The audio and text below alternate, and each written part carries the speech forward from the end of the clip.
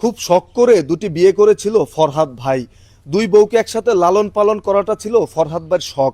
এখন এই শখটি যেন হয়ে দাঁড়িয়েছে তার জীবনের কাল। আমরা একটু তার কাছ থেকে জানার চেষ্টা করি, আসলে ভাই কি হয়েছে, ঘটনাটা একটু আমাদেরকে বলেন। আমি ভাই ধরা খাওয়া গেছি, আমি দুটিকে আমি তালাক দেব। আচ্ছা ভাই, এই যে আপনি বিয়ে থেকে সরাসরি তালাকে চলে গেলেন, আসলে তালাক দেওয়ার কারণটা কি? জানে কুল হইতেছেন আমার জানে তো কুলন লাগবে রে ভাই। সারাদিন পরিশ্রম করি, পরিশ্রম কাইসে এ বউ কবি ও বউ কবি যে আইসো ভাত বাড়ি দিবি, খাওয়াবি, ভালো মন্দ খাওয়াবি। এরা কি করে, এ ডাহে ওর ঘরে শোয়ার জন্য, এ ডাহে ওর ঘরে শোয়ার জন্য। ভাই আমার যে ভাই বডি ছিল ভাই, বডি আর বডি নেই, বডি হয়ে গেছে।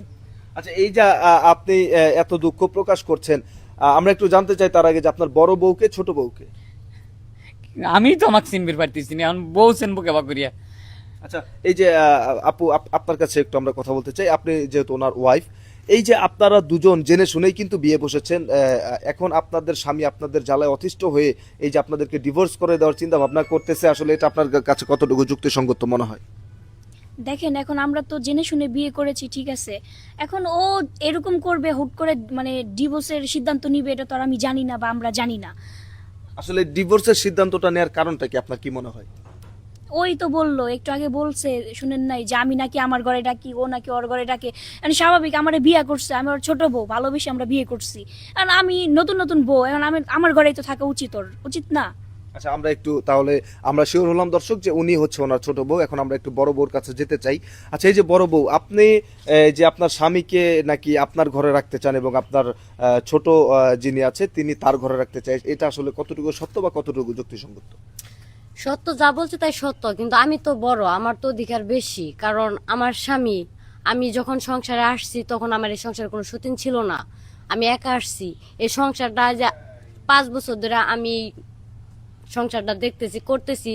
তো কি কারণে ও আমার ভিতরে কি কমতি ছিল, কোন কারণে ও আবার বিয়ে করছে, এটা তো আমার যে কোনো একটা দোষ দেখাইতে হবে। মানুষ কি ভাই বিয়ে করে না? 4 জীবন পুরুষ মানুষের 4 জীবন তো বিয়ে করা কিন্তু ফরজ।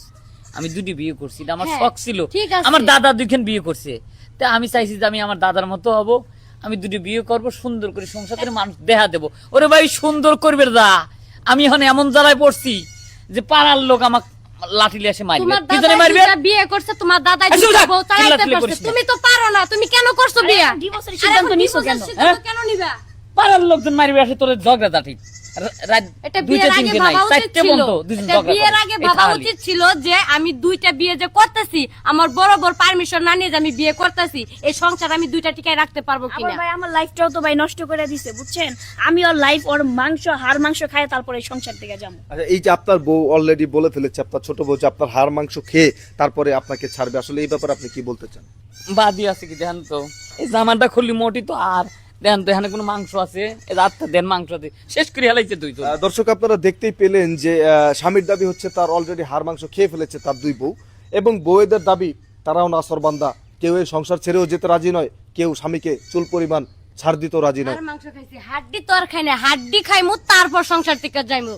তালাকের চিন্তা ভাবনা করলে আমরা যাচ্ছি না কেউ। আচ্ছা, এই যে আপনার বড় সতীন তো অলরেডি বলে ফেলেছে যে উনি হাড্ডি খেয়ে তারপর যাবে, এখন আপনি কি খেয়ে যেতে চাচ্ছেন এটা একটু বলেন। আমি ভাই কিছুই খেতে চাই না, আমাকে যেভাবে পটায় মোটায় বিয়ে করে আনছে, ধন সম্পত্তি টাকা পয়সা যা আছে আমার দিয়ে দেখ, আমি চলে যাব। দর্শক, আপনারা কিন্তু দেখতেই পারলেন যে এই ভদ্রলোক দুটি বিয়ে করে এখন পড়েছে বিপদে। ওনার বড় বউ ওনার হাড্ডি মাংস খাওয়ার জন্য রেডি, এবং ওনার ছোট বউ ওনার সকল টাকা পয়সা আত্মসাৎ করার জন্য রেডি। আপনারা বুঝতেই পারছেন দর্শক, এই ভুল দয়া করে কেউ কখনো করার চেষ্টা করবেন না, দুটি বিয়ে একসাথে কেউ কখনো করবেন না।